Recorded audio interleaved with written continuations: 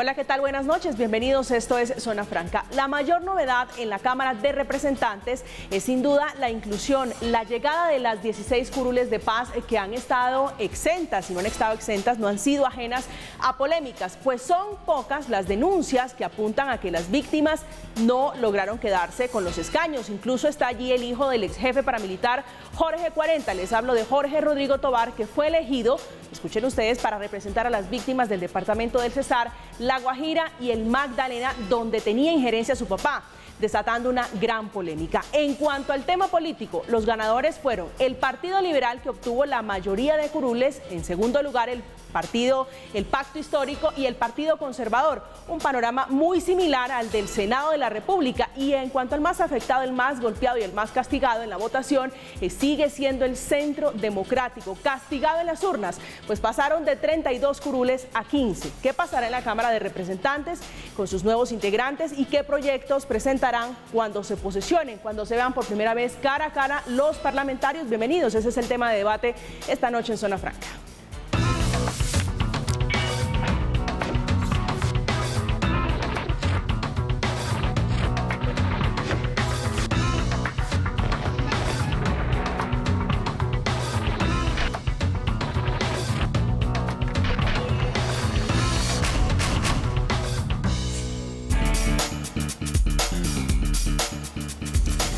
Y es justamente Jorge Rodrigo Tobar, el hijo del ex jefe paramilitar Jorge 40, el que logró una de esas curules, 16 curules de paz que existen gracias al proceso de paz y luego de obtener más de 14.000 votos. Muy seguramente es el inicio de un largo proceso legal por las disputas en demandas que se anuncian desde ya por su elección, por su llegada a la Cámara de Representantes. Andrés Forero es exconcejal de Bogotá y ahora representante a la Cámara, electo el fin de semana por el Centro Democrático. Un gusto tenerlo acá ya como representante electo, por lo menos. Así es, bueno, un saludo para ti, muy buenas noches para Lirio, para todas las personas que nos están viendo en este momento. Muy contento como siempre de estar aquí en Zona Franca. Usted lo decía ya, Lirio Uribe, que es abogado muy conocido en esta casa, defensor de derechos humanos y ahora representante a la Cámara, electo por el Pacto Histórico de Gustavo Petro. Bienvenido, buenas noches. Bueno, muy buenas noches, muchas gracias por la invitación y un saludo para cada mesa y para toda la audiencia de Zona Franca. Muchas gracias. Representante Uribe, pues quiero comenzar con el tema que ya les advertía, el del hijo de Jorge 40. Usted va a tener que compartir prácticamente, coloquialmente, como se dice, pupitre. ¿Cómo le cae? ¿Qué percepción tiene usted de esta llegada del hijo de Jorge 40 al Congreso? Bueno, yo vengo del movimiento de derechos humanos y efectivamente he escuchado cómo las víctimas no están de acuerdo o sienten que las curules de paz no deberían quedar en este caso pues en el hijo de Jorge 40 y consideran que hubo una, digamos, votación en las zonas de influencia donde todavía hay presencia de grupos armados ilegales y obviamente pues entiendo que están haciendo tutelas y acciones legales frente a ese tema. Ahí hay una preocupación no solamente con esta curul, sino con otras curules que hayan podido quedar en manos de personas que no eran exactamente víctimas estructurales del conflicto. Recordemos que las curules de paz se crearon como una forma de reparar a las víctimas en esos territorios inhóspitos del país donde hay mayor exclusión, mayor pobreza y donde efectivamente no ha habido mucha representación política de sectores sociales, de víctimas, indígenas, afros. Entonces hay esa preocupación y creo que finalmente pues esto se va a debatir jurisdiccionalmente y allí se tendrán que tomar las decisiones de acuerdo a las acciones que se adelanten. Ya vamos a hablar de eso, de las características de las personas que debían quedarse con estas curules. Andrés. Pues sí, yo creo que obviamente es entendible la polémica que se genera, sobre todo pues no a título personal de este señor, pero pues es el hijo de una persona que le hizo mucho daño a esa región del país, al Magdalena, a La Guajira, al Cesar, y pues obviamente eso es un contrasentido. En parte fue por eso la resistencia que tenía mi partido sobre el tema de las curules, que eventualmente, como terminó pasando, esas curules no terminaran en cabeza de las víctimas de la violencia en el país. Y habría que revisar, como decía Lirio, si eso no solamente ocurrió allá con un hijo de un victimario de esa zona, sino si en las otras zonas también pudo haber pasado algo parecido, posiblemente que haya pasado ya no con parientes o personas relacionadas con el paramilitarismo, sino con las guerrillas que asolaron el país. Entonces, obviamente, entiendo la polémica, entiendo la indignación de las víctimas, como entiendo también la indignación de las víctimas de las FARC, que tienen que ver que otra vez durante estos nuevos 4 años vamos a tener a 10 candidatos, o mejor dicho, a 10 congresistas de la exguerrilla, a algunos que fueron guerrilleros activos, pues legislando en el Congreso de Colombia. ¿No le incomoda la presencia, compartir puesto, pupitre con el hijo de Jorge 40? Pues yo te digo, por eso estoy diciendo que me parece tan complicado como... Incluso con él, pues uno dice, él era joven en ese momento, él no estuvo participando activamente en el tema de la violencia. En el caso de los guerrilleros de las FARC, que hoy son congresistas, pues ellos mismos fueron los que estuvieron detrás de muchos de los crímenes que se cometieron. Entonces, pues naturalmente ahí es donde yo digo que tiene que indignarnos en general. Nos tiene que indignar lo que pasa con el hijo de Jorge 40, sobre todo por lo que representa para las víctimas, pero yo creo y entiendo también a las víctimas de las FARC que estén indignadas con que 10 personas que estuvieron, muchos de ellos directamente relacionados con esos hechos de victimización, estén hoy legislando desde el Congreso de Colombia. Alirio. Bueno, creo que son dos conceptos diferentes, es decir, la participación política que se le dio al Partido Comunes producto del proceso de paz implicaba dejar de echar bala para echar lengua. Digamos que ese fue el acuerdo que se firmó y eso fue lo que quedó en la Constitución, en la ley, lo que se hizo. La naturaleza de las curules de paz era otra, era reparar los territorios que fueron víctimas de la violencia. Entonces, yo entiendo la incomodidad de las víctimas de las FARC, pero así se pactó y así se convino y legalmente se hizo así.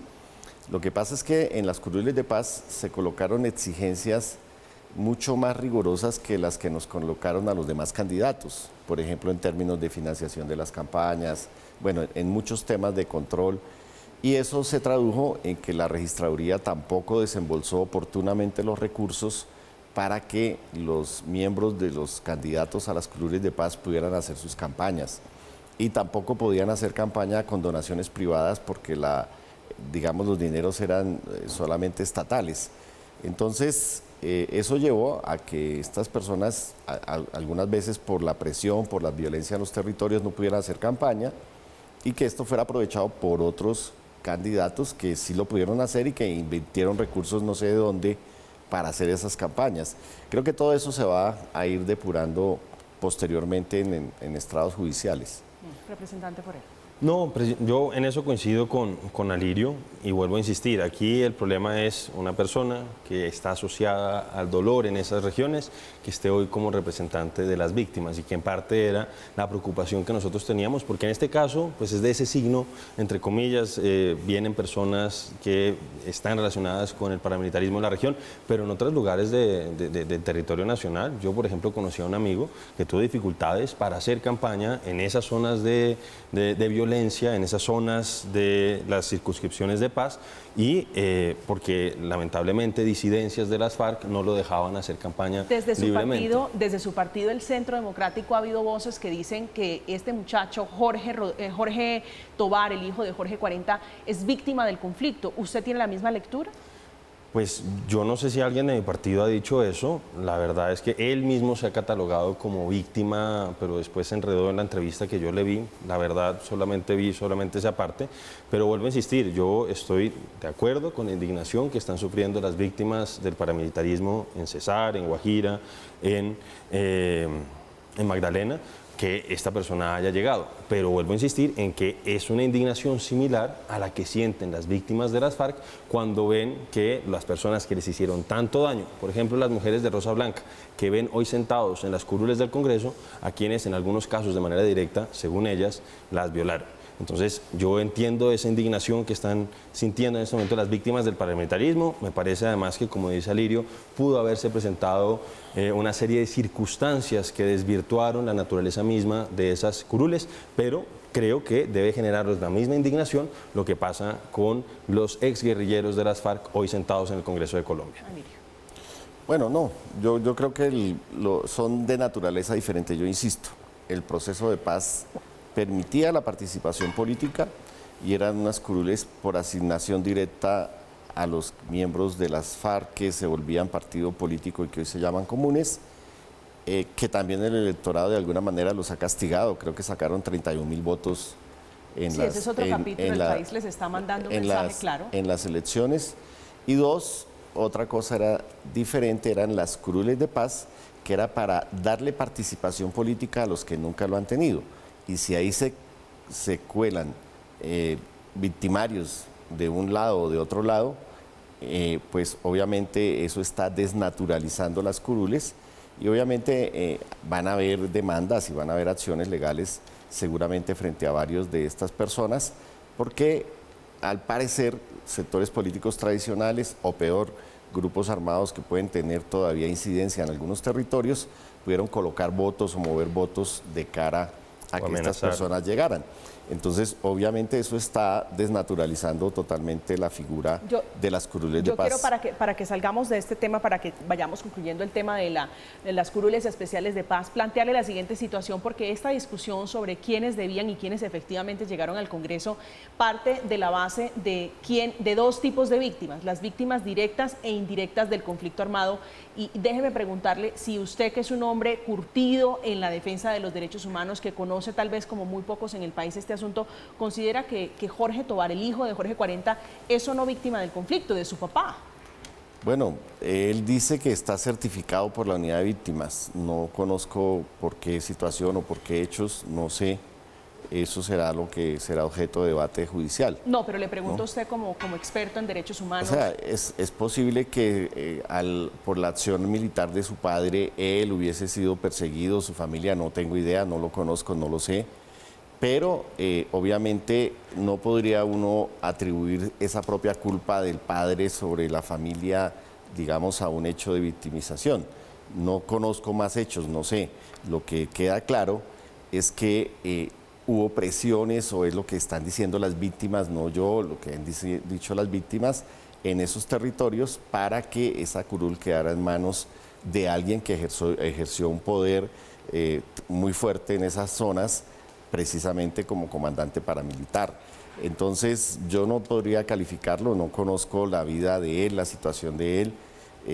Lo que creo yo es que la figura de las curules de paz no se hicieron para los hijos de los comandantes que auspiciaron o hicieron la violencia en esos territorios. Y muy seguramente ya lo han advertido muchas de las víctimas inconformes por la llegada de este muchacho al Congreso.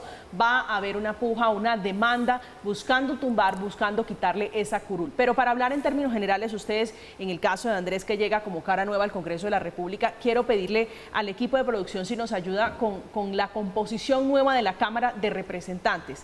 Vemos allí en primer lugar, Andrés, al Pacto Histórico, representante Uribe, seguido del Partido Liberal. Ahí están por número de curules. Están el Pacto Histórico, 25 curules, el Partido Liberal con 32 curules, el Partido Conservador Colombiano con 25, el Centro Democrático, el suyo, representante Forero, con 16, y seguido del Partido de la U, que tiene 16 curules. Con estos nombres, con este gráfico que ustedes tienen en pantalla, déjeme preguntarle cómo ve usted la composición, cómo se imagina el Congreso al que llega. Pues yo lo que veo es que con unas recomposiciones entre unos partidos y otros, es un Congreso similar al que tuvo el presidente Duque, donde no hay un partido que tenga una mayoría absoluta en ninguna de las dos cámaras y donde necesariamente se van a tener que buscar acuerdos para poder sacar proyectos importantes adelante, independientemente de quién sea el que quede electo presidente de la República.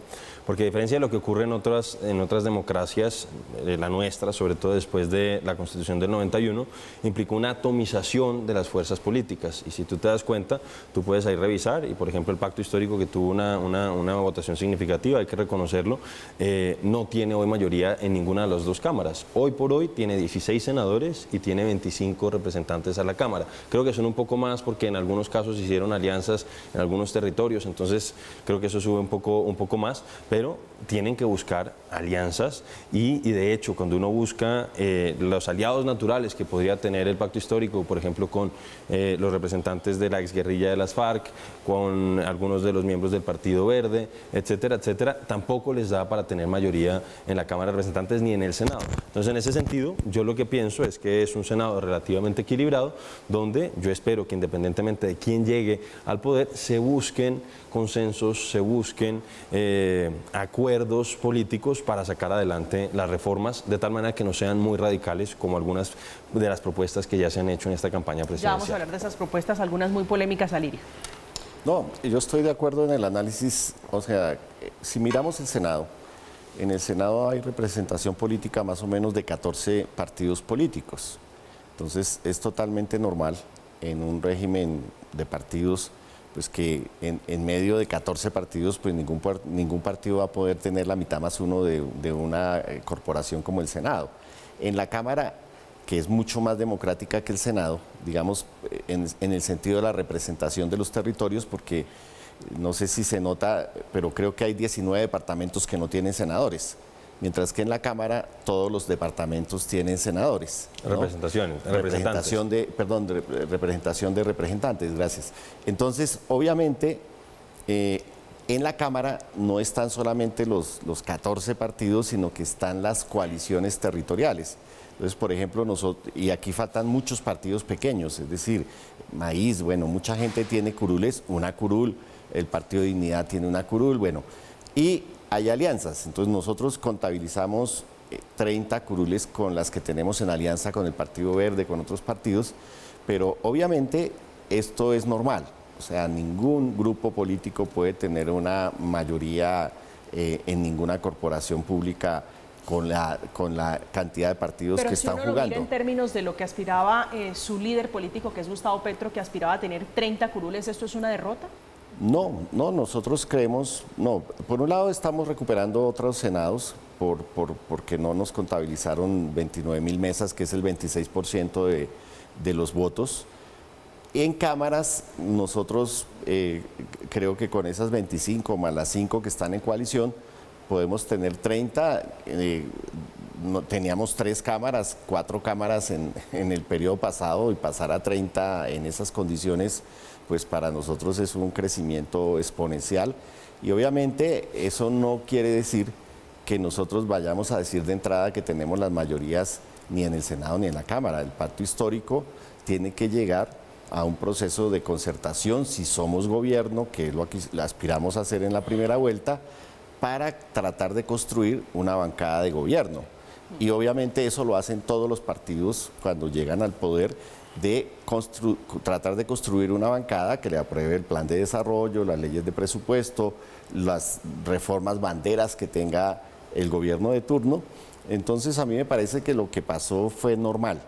Lo que no es normal para mí es lo que pasó con los C14 de Senado, que por la forma, desde mi punto de vista, errada, maliciosa, no sé cómo decirlo, en que se hizo el E14, eso se tradujo que en el preconteo, que el preconteo no vale, lo que vale es el escrutinio, pues no se reportaran el 26% de las mesas. A propósito de eso que dice Alirio, yo no creo que necesariamente haya habido malicia, Alirio. Tú sabes que cuando se definió el lugar en el tarjetón, eso fue por sorteo.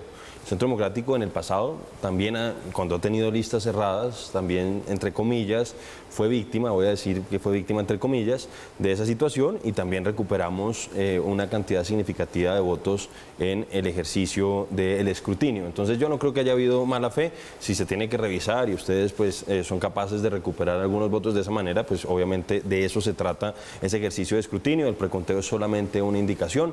En el escrutinio es donde finalmente ya quedan selladas, entre comillas, y pues ya definidas las curules en último término. Yo no vi a Gustavo Petro hablando de un número determinado de curules. A quien sí vi hablando de un número determinado de curules fue a Gustavo Bolívar. De hecho, él, no sé, Alirio, si él hizo una promesa a propósito de cuántas curules tenían que sacar y que él iba a renunciar si no llegaba a un número determinado de curules. Él hablaba, no sé si a propósito de la promesa, pero él hablaba de 54 curules en Senado, que es lo que se necesita para tener mayoría.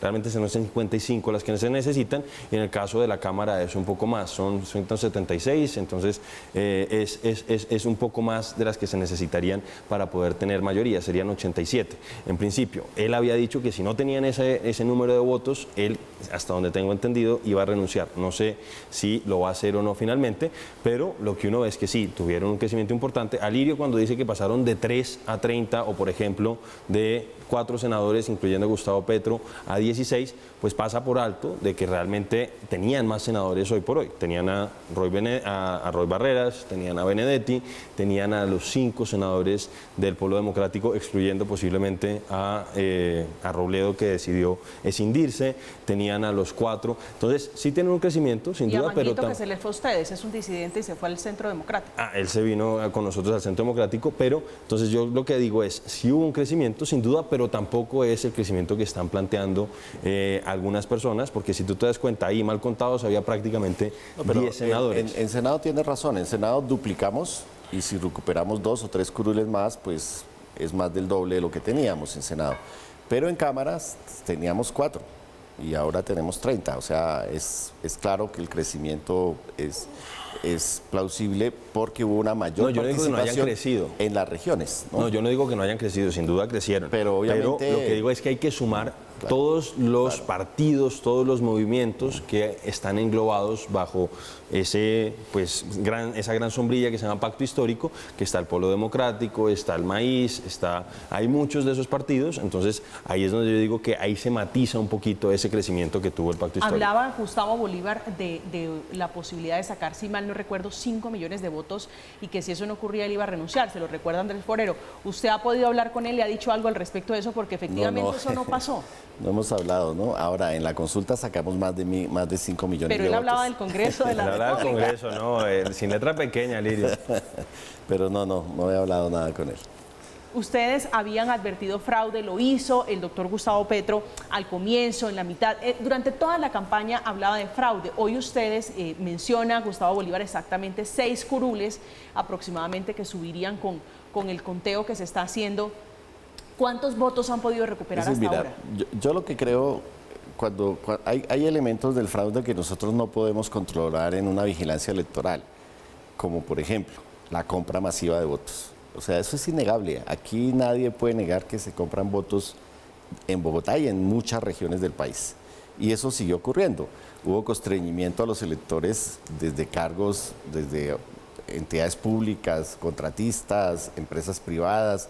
Pero bueno, eso es lo que me permite a mí afirmar que potencialmente nuestro sistema electoral y nuestra incultura política y la venta de votos y demás, que todo eso son delitos electorales, pues eso ocurrió. Pero ya en el tema de la lectura de los datos, yo creo que el gran perdedor del domingo es la registraduría. Es decir, el tema es cómo es posible que el registrador no haya posibilitado una transmisión de datos que garantizara transmitir el 100% de los resultados. En el caso nuestro, digamos que no hubo mala fe, entonces hubo ineptitud en la elaboración del E14. Pero lo claro y lo concreto, por fortuna para nosotros y para el país, es que los E14 sí están bien. Digamos, en los E14 sí están contabilizados los votos del pacto histórico, por lo menos en la sesión de ayer en Bogotá. ¿Y en las cámaras, Alirio? Por eso, en las cámaras no pasó precisamente porque el E14 es diferente. Entonces, en las cámaras hemos encontrado algunas irregularidades, pero no son sustantivas.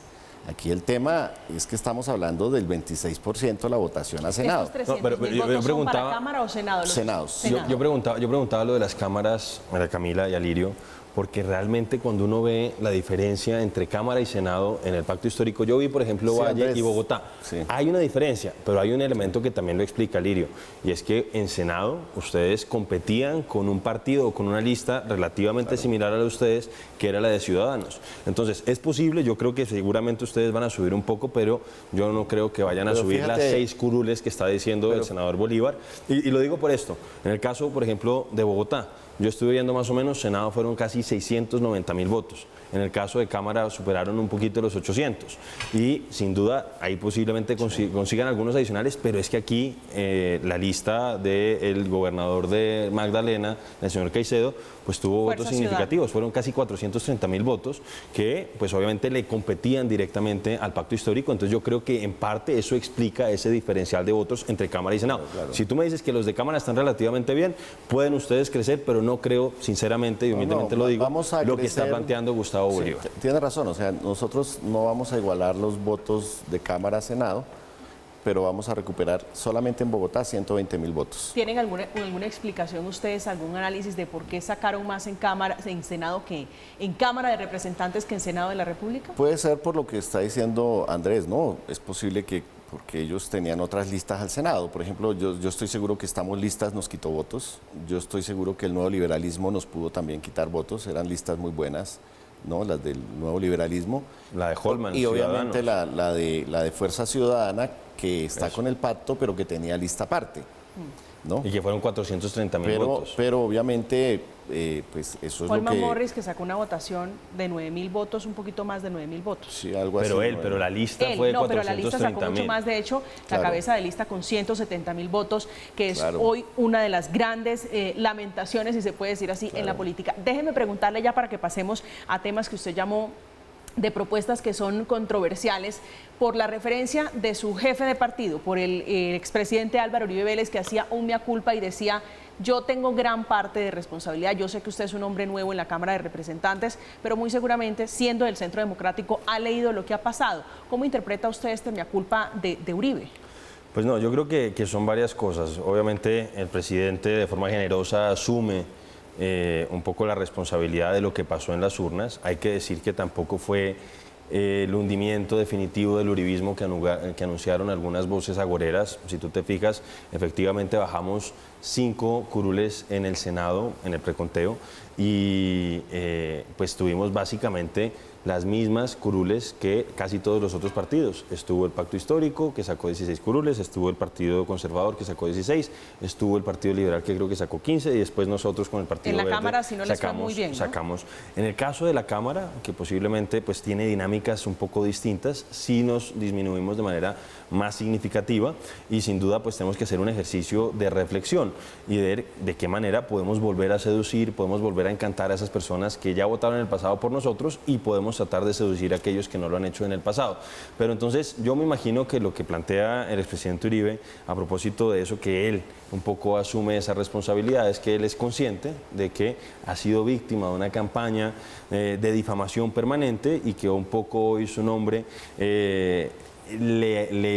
se ha deslustrado por cuenta de esa campaña, y a cuenta de eso posiblemente ya no hayamos tenido los mismos resultados. Y otra cosa, una cosa fue cuando él era candidato directamente, que pues hay que recordar que tuvo 800.000 votos hace 4 años, y pues ya sin él como candidato, pues obviamente posiblemente no arrastra o no arrastró lo mismo la lista al Senado. Entonces, pues, pero por ejemplo en Bogotá, que es donde yo puedo hablar directamente, seguimos siendo la tercera fuerza política en la ciudad.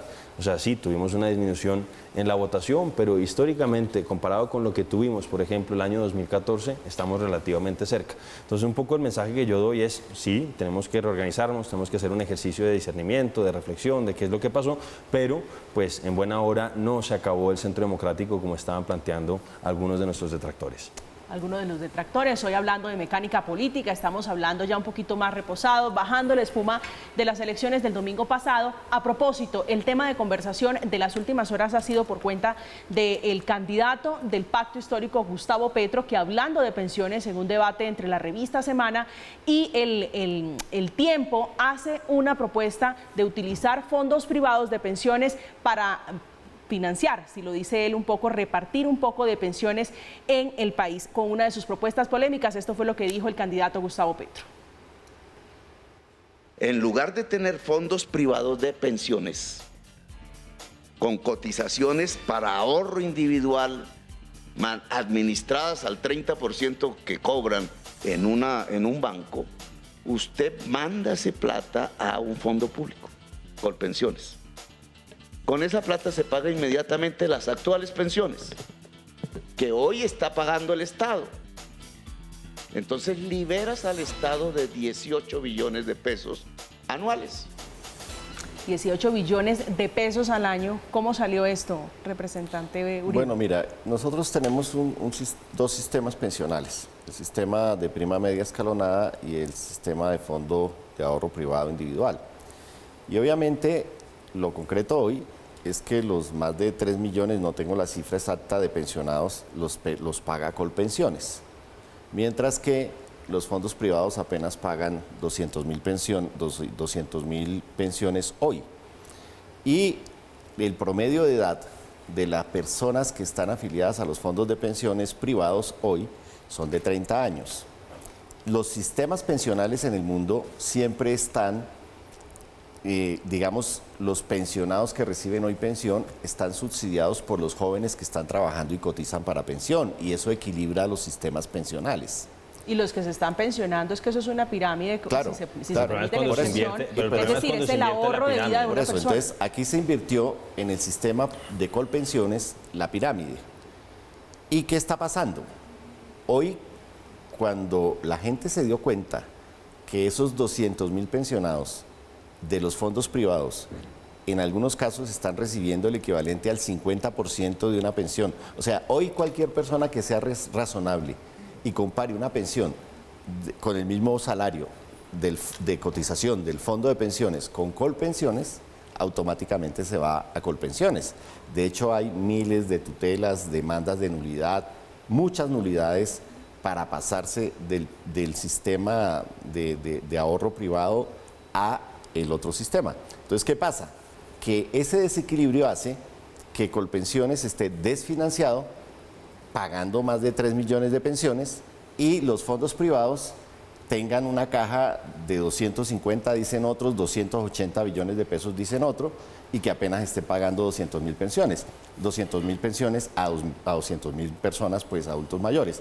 Entonces, en este sentido, lo que está proponiendo Gustavo, que eso tiene que discutir en el Congreso, eso no lo va a hacer no lo puede hacer el presidente, eso lo tenemos que definir con Andrés allá en el debate político del Congreso, es que racionalicemos ese sistema, que es lo mismo que está pasando con las EPS.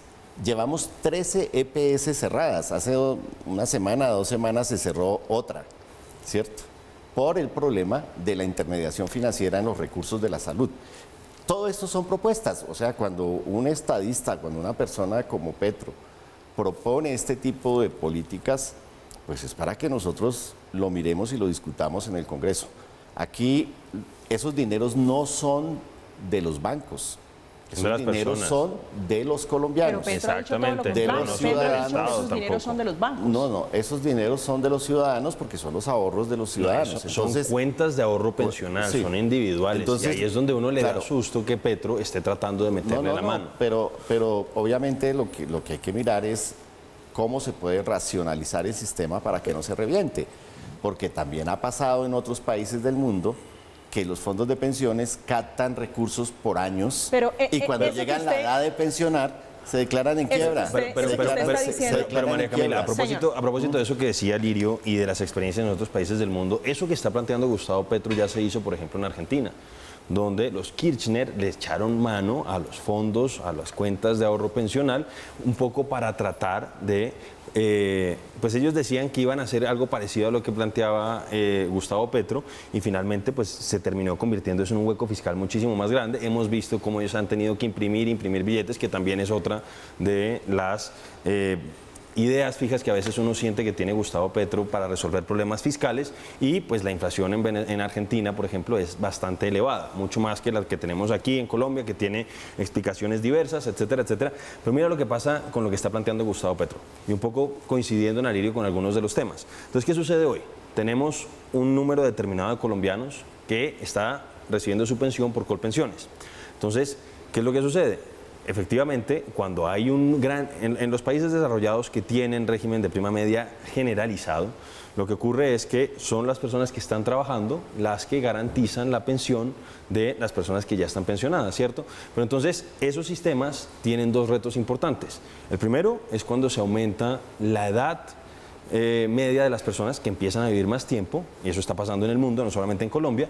Y el otro problema es cuando se empieza a invertir la pirámide poblacional, porque entonces son cada vez menos jóvenes los que están soportando pensiones mayores. Entonces, eso que está planteando Gustavo Petro, que él habla de 18 billones, entonces hoy por hoy nos están costando las pensiones de esos colombianos que alcanzaron la edad de jubilación y que cumplieron con las cotizaciones y las semanas, nos está costando 18 billones de pesos según lo que él dice. Pero nos está costando, es decir, esto no es un regalo que le hacen a los No, no, trabajadores, no. esto es un ahorro que se hace a lo largo de la vida. Pero nos está costando el presupuesto nacional. Lo que Pero ¿qué es pasa lo es que que pasa? cada año- Pero hay un subsidio importante, y además el problema, y ahí yo sí creo que tenemos que hacer una revisión del sistema pensional en Colombia, es que hoy por hoy las personas que están recibiendo pensión son las de Colpensiones, por lo general son las personas de mayores recursos. Entonces, hoy lo que está ocurriendo es que el Estado, todos nosotros, estamos subsidiándole, porque claro, hay un aporte.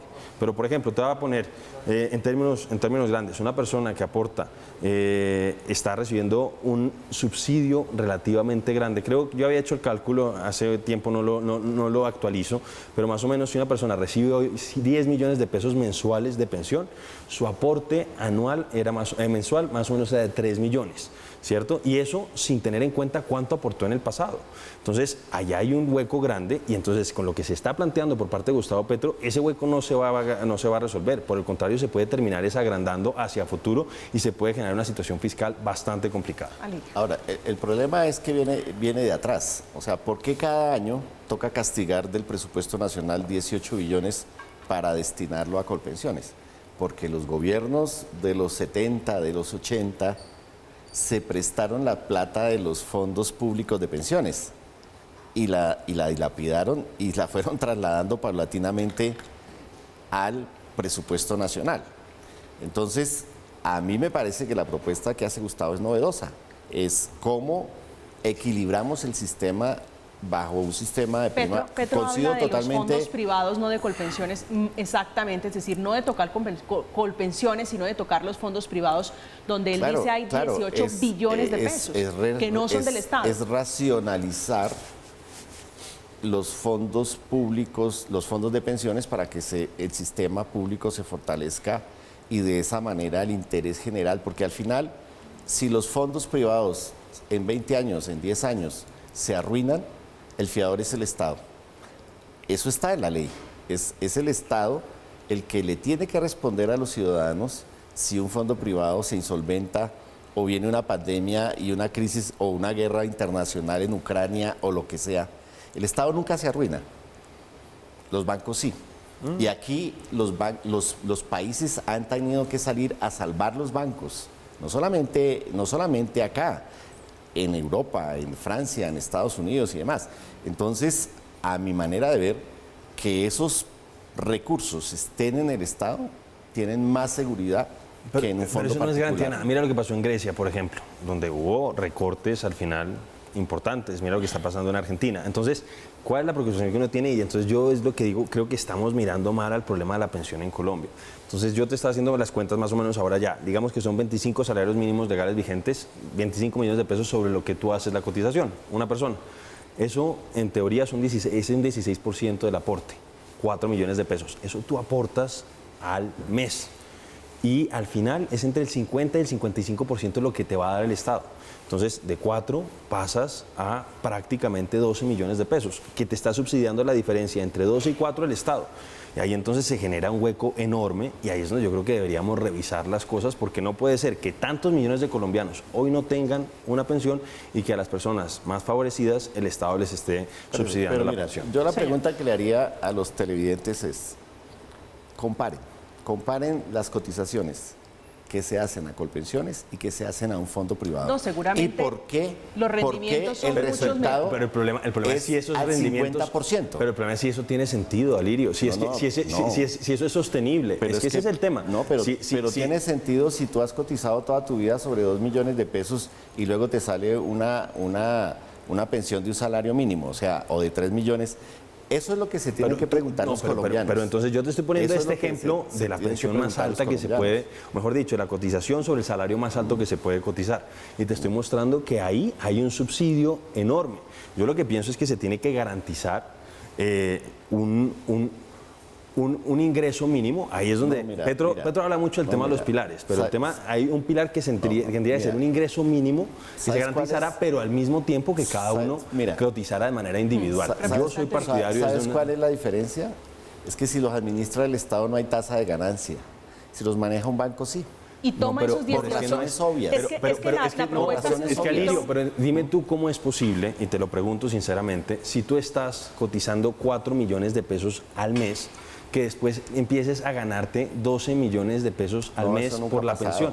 Eso es lo que pasa, es más o menos el subsidio que existe. Entonces dime de qué manera se hace. No, así es, Alirio, las cosas son así. Ahora, entonces dime tú cómo es que se genera eso. La tranquilidad que tienen que tener los colombianos es que cualquier reforma en este sentido no va a ser solamente aquí nuestro nuevo representante y yo como no los que vamos a discutir esto, lo vamos a discutir todo el Congreso. Usted menciona una palabra muy interesante y es ¿no? tranquilidad, y se lo pregunto Claro, porque mucha gente hoy claro, está porque- en pánico pensando si Petro se va a meter con sus ahorros de vida. ¿Qué cree usted que puede estar pensando la gente hoy? Esa es la contracampaña que nos están haciendo al pacto histórico, es decir, aquí se está tratando de generar una matriz de miedo, de terror, de que aquí se va a privatizar, se le va a quitar los bienes a la gente, Pero etc. es que eso es lo que ha dicho el candidato Petro. Va a coger 18 billones de La pesos. propuesta sí fue, lo vimos ahorita. Defender lo Representante, público, va a coger defender lo 18 público. billones de Mira, pesos si hay algo para sagrado, financiar propuestas suyas sociales. Mira,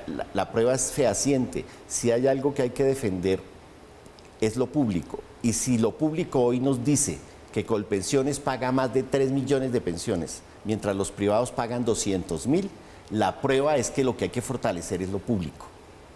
Estamos O hay en que zona revisar, franca. o hay que revisar los Y que paga mejor, los y esquemas que de paga remuneración mejor. del sistema Entonces, yo le público y digo a ver los si son colombianos, sostenibles o no son sostenibles, voten por Alirio. el pacto histórico, porque nosotros lo que queremos es defender lo que está probado que funciona. Y lo que está probado En que Argentina funciona no hoy funcionó, en es Argentina no funcionó, Estamos en Alirio. Colombia. No, yo sé que la estamos en pregunta, Colombia, pero es yo que le Gustavo digo- Petro trae ideas yo que le se han digo a los aplicado en otros pensionados lugares del mundo colombianos y que hoy, no han dado resultados. Son dos preguntas. ¿Quién les está pagando hoy la pensión? Colpensiones. ¿Se la está pagando mejor que los fondos ¿Y cómo? privados? Pero explícame, Sí. pero explícame Eso cómo se es. da eso, Alirio. Y con porque- base en eso voten. Estamos en Zona Franca, estamos hablando del tema materia de conversación, de muchas polémicas por cuenta de Gustavo Petro, que se mete y habla de las pensiones hablando de 18 billones de pesos que tocaría él de llegar a la presidencia para financiar, entre otros, proyectos sociales que están en su plan de gobierno. Hacemos una pausa, ya regresamos al final las conclusiones en este espacio con los nuevos aspirantes, los nuevos representantes, corrijo, a la Cámara de Representantes, nuevas caras en el Congreso. Ya regresamos.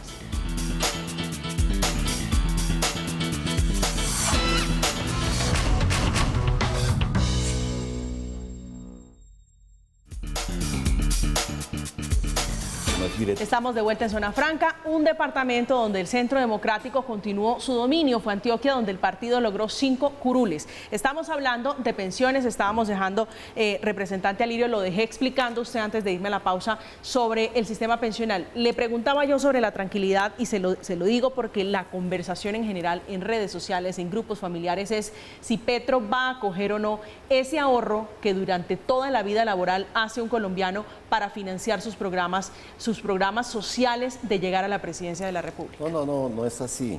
Yo creo, en primer lugar, como ya se dijo en este programa, el pacto histórico no tiene mayorías para imponer ninguna ley, ningún plan de desarrollo, ninguna política. Eso se tiene que concertar en el Congreso, primero.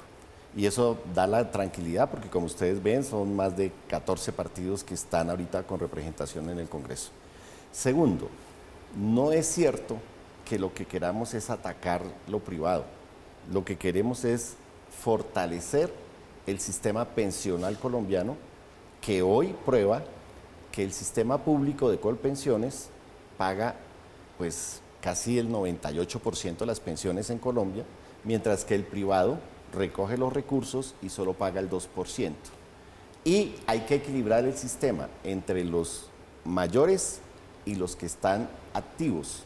Si los que están activos le están pagando a los fondos privados, fundirlos el sistema puede llevar a lograr el equilibrio financiero que hoy corre peligro frente a más de 3 millones de pensionados.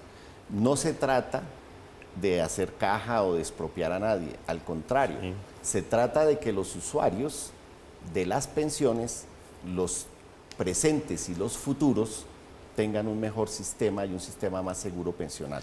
El Estado nunca se arruina. El Estado siempre puede responder. Se arruinó Venezuela, que era rico. El Estado de Venezuela Andrés. está arruinado, Alirio. Y es lamentable lo que sucedió en ese país pero por la estamos aplicación de políticas. Yo, de hecho, me acuerdo que Petro, en tiempos de Chávez, se vanagloriaba de haber sido uno de los artífices del programa económico de Hugo Chávez. Bueno, Pero entonces, claro que se arruinan los estados y claro que tiene que haber remesones y hay situaciones muy complicadas y se tienen que apretar el cinturón y a veces termina siendo a través de las pensiones. Entonces, ¿qué es lo que pasa?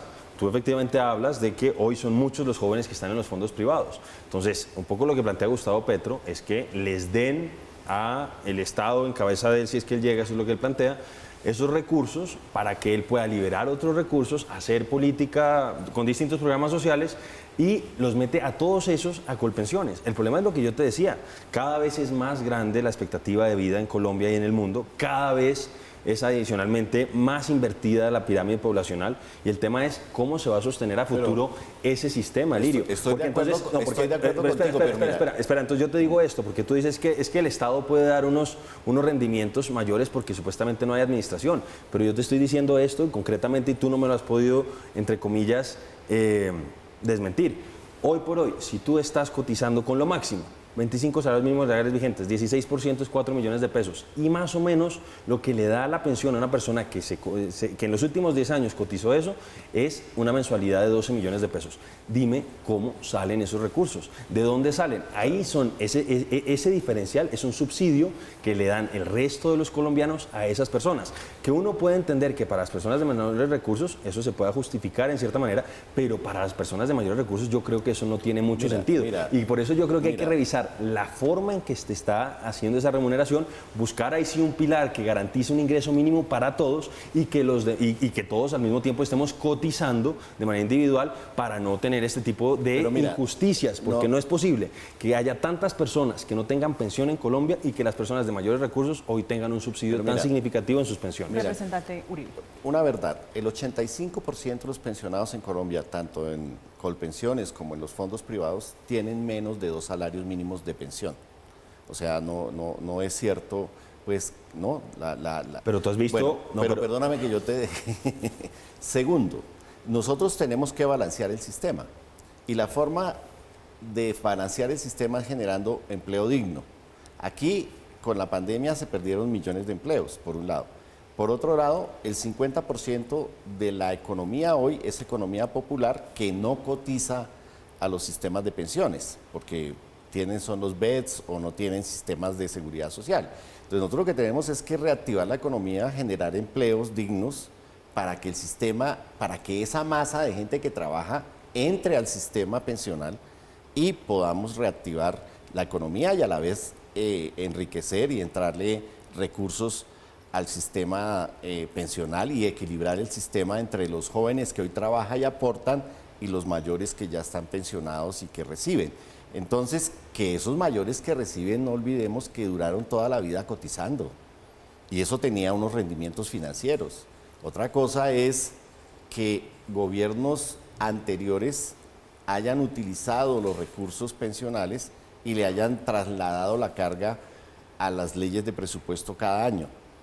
Eso sí pasó. Entonces, hay que mirar esto, pero yo insisto, esto se discutirá en el Congreso. Esto no lo puede hacer ningún jefe de Estado a mutuo propio.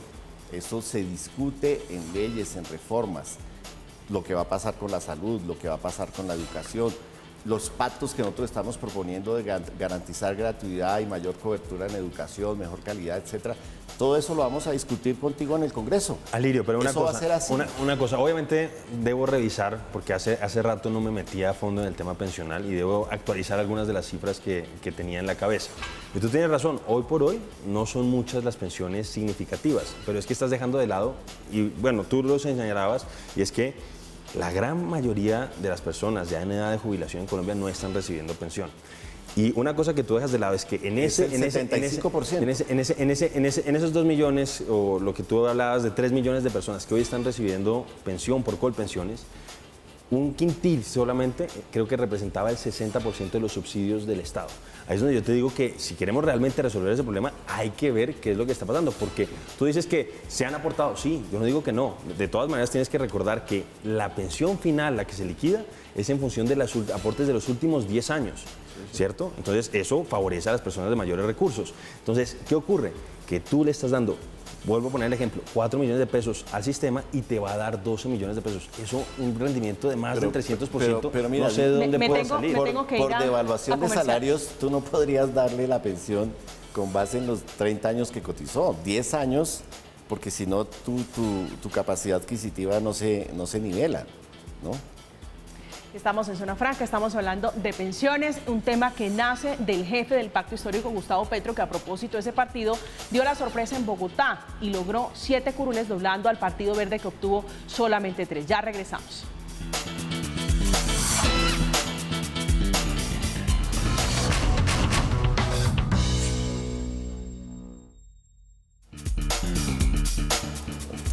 Estamos de vuelta, ahora sí haciendo conclusiones, Andrés, sobre el tema. Discúlpeme, ya usted le había dado la palabra con el representante Uribe para hacer conclusiones sobre este tema. Entonces, llegando al Congreso de la República, ¿con qué llega usted? ¿Qué es el primer proyecto de ley que va a radicar? Bueno, mira, nosotros le hemos dicho a la gente que, y lo hice en campaña, la gente no tenía que votar por Alirio Uribe, tenía que votar por el pacto y por los pactos del pacto histórico.